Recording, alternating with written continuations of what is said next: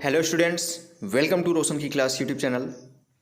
दोस्तों, आज की इस वीडियो में मैं आप लोगों को यूनिफॉर्म सिविल कोड यानी कि समान नागरिक संहिता के बारे में बताऊंगा। काफ़ी चर्चा में इस समय और इसके बारे में डिटेल में बताएंगे, जिससे आप लोगों को कोई भी एग्जाम हो रहा है आप लोगों का, उसमें अगर यूनिफॉर्म सिविल कोड से कोई क्वेश्चन पूछ रहा है तो आप लोग आसानी से उस क्वेश्चन का आंसर दे सकें। एक एक चीज़ डिटेल में डिस्कस करेंगे यहाँ पे आज की वीडियो में। तो वीडियो अगर अच्छी लगे तो प्लीज़ वीडियो को लाइक करिएगा और ऐसी डेली बेसिस पे वीडियोस देखने के लिए रोशन की क्लास यूट्यूब चैनल को सब्सक्राइब कर लीजिए। तो चलिए शुरू करते हैं। आपने काफ़ी सुना होगा यूसीसी, इस समय सुन रहे होंगे। तो यहाँ पे यूसीसी होता क्या है, इसके बारे में डिस्कस करते हैं। यूनिफॉर्म सिविल कोड क्या होता है, इसके बारे में देखते हैं हम। तो समान नागरिक संहिता यानी कि यूनिफॉर्म सिविल कोड का अर्थ होता है भारत में रहने वाले हर नागरिक के लिए एक समान कानून होना। यानी कि यहाँ पे जितने भी लोग हैं इंडिया में, चाहे वो हिंदू हैं, मुस्लिम हैं, सिख हैं, ईसाई हैं या फिर किसी भी धर्म के लोग हैं, उनके लिए एक कानून। अभी जो भारत में है, कानून सबको देखने में लगता होगा एक ही है, लेकिन जब वो आपकी बात आती है यहाँ पे ज़मीन जायदाद के बंटवारे की, शादियों की, तो इन सब चीज़ों में सभी धर्मों का अलग अलग यहाँ पे कुछ न कुछ अलग अलग सा कानून है।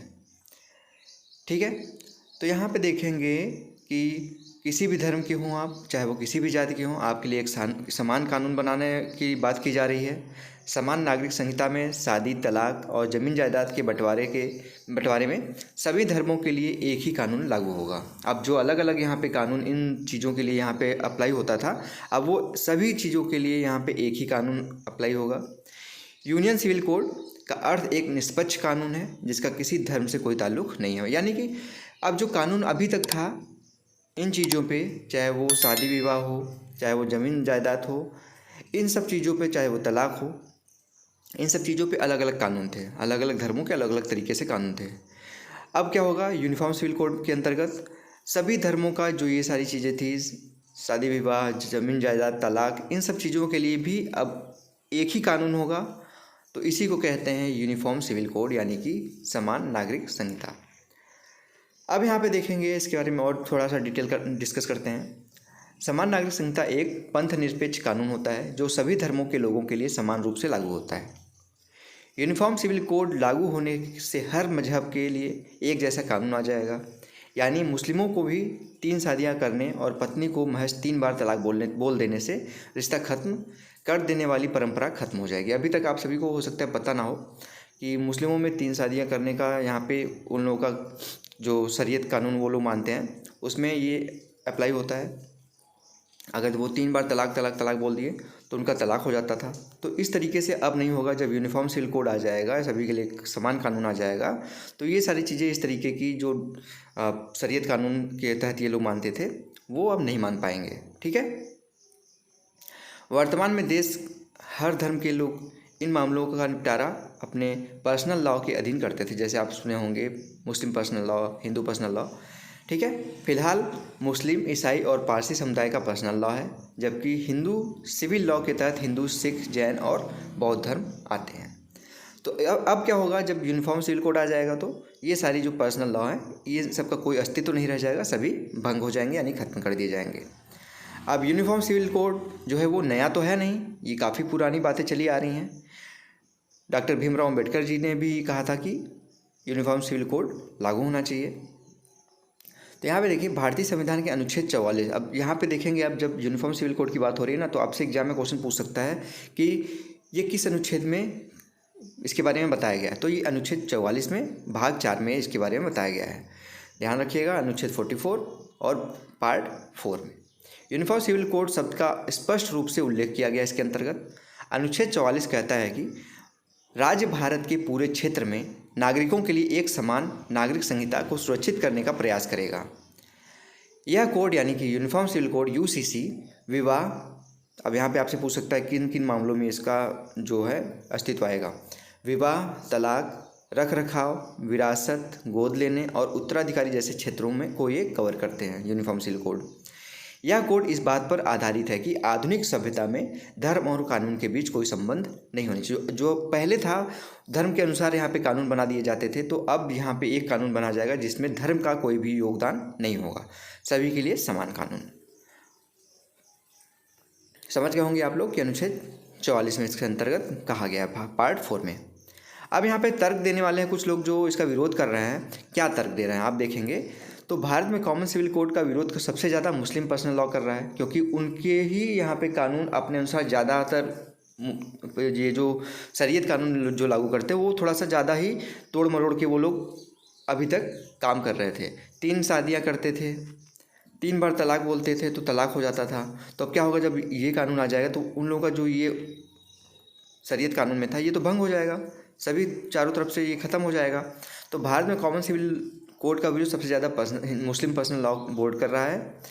उनका तर्क है कि इसको कानून करने का अर्थ है कि सभी धर्मों पर हिंदू कानून लागू करना। उनका कहना है कि ये जो कानून बन रहा है वो हिंदू धर्म के अनुसार बना है और इसको आप सभी धर्मों पर अप्लाई कर रहे हैं। तो ऐसा नहीं है, ये उनका सोच है, सबका अपना अपना सोच होता है। अब किसी भी मजहब में 3 शादियाँ करना शोषण है महिलाओं का, 3 बार तलाक बोलना, तलाक हो जाता है, फिर तलाक के बाद वो दोबारा अगर उससे शादी करना चाहे तो उसमें हलाला भी आता है। तो कितना वहाँ पे महिलाओं पे अत्याचार हो रहा है आप खुद देख सकते हैं। तो ये सब चीज़ें सब खत्म हो जाएंगी एक अगर कानून बन जाएगा यूनिफॉर्म सिविल कोड। इसलिए उन लोगों को मानना है कि ये गलत है, इसका विरोध कर रहे हैं। ठीक है, अब यहाँ पे देखेंगे हम कॉमन सिविल कोड लागू होने के बाद क्या क्या बदलेगा। यही मैं बात कर रहा था कि क्या क्या बदलने वाला है, इसके बारे में यहाँ पे हम डिस्कस करेंगे। तो शरीयत के अनुसार मुस्लिम कुछ भी नहीं कर पाएंगे, जैसे मुस्लिमों को 3-4 शादियाँ करना बंद हो जाएगा और तलाक लेने के लिए भी उनको कोर्ट के ज़रिए जाना होगा। वे शरीयत के अनुसार अपने परिवार को जायदाद का बंटवारा नहीं कर सकते। समान नागरिक संहिता लागू होने के बाद शादी, तलाक, दहेज, उत्तराधिकारी के मामलों में हिंदू, मुसलमान और ईसाई पर एक समान कानून लागू होगा। न्यायपालिका पर दबाव कम होगा। अभी तक क्या होता था कि सब अपने अपने कानून के अनुसार चलते थे तो न्यायपालिका कन्फ्यूज हो जाती थी कि इनका डिसीजन कैसे लें। अब क्या होगा, जब एक ही कानून होगा तो उस पर न्यायपालिका पे दबाव कम होगा, कोर्ट्स पे दबाव कम होगा। धर्म के कारण वर्षों से पड़े केस जल्दी से सुलझा लिए जाएंगे और कोई भी आसानी से धर्म के आधार पर राजनीति नहीं कर पाएगा। तो ये सारी चीज़ें होनी चाहिए मेरे हिसाब से। आपका क्या मानना है आप कमेंट बॉक्स में बताइएगा कि यूनिफॉर्म सिविल कोड लागू होना चाहिए कि नहीं होना चाहिए, और किस तरीके से लागू किया जाना चाहिए, कितने तेज़ी से इसको लागू किया जाना चाहिए या फिर धीरे धीरे एक एक राज्यों में इस तरीके से अप्लाई करना चाहिए। आप लोग कमेंट बॉक्स में बताइएगा।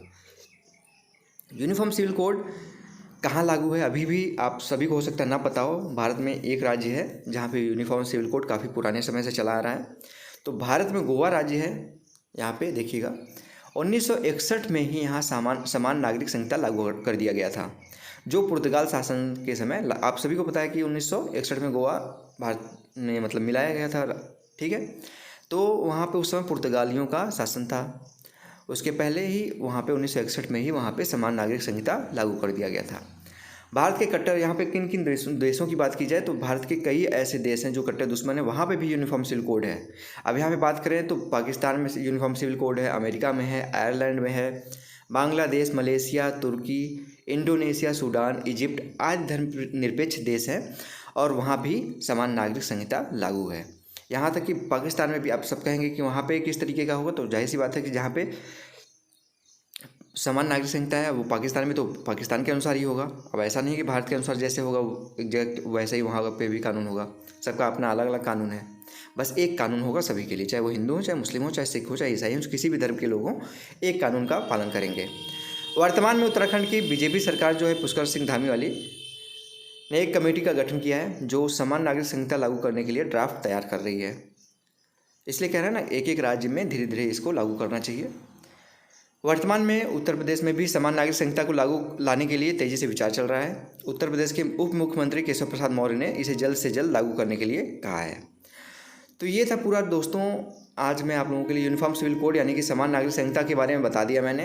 अगर आप लोगों को अच्छा लगा हो, वीडियो इन्फॉर्मेटिव लगी हो तो प्लीज़ वीडियो को लाइक करिएगा और ऐसे वीडियोस देखने के लिए रोशन की क्लास यूट्यूब चैनल को सब्सक्राइब कर लीजिए, साथ ही साथ बेल आइकन जरूर दबा के रखिए।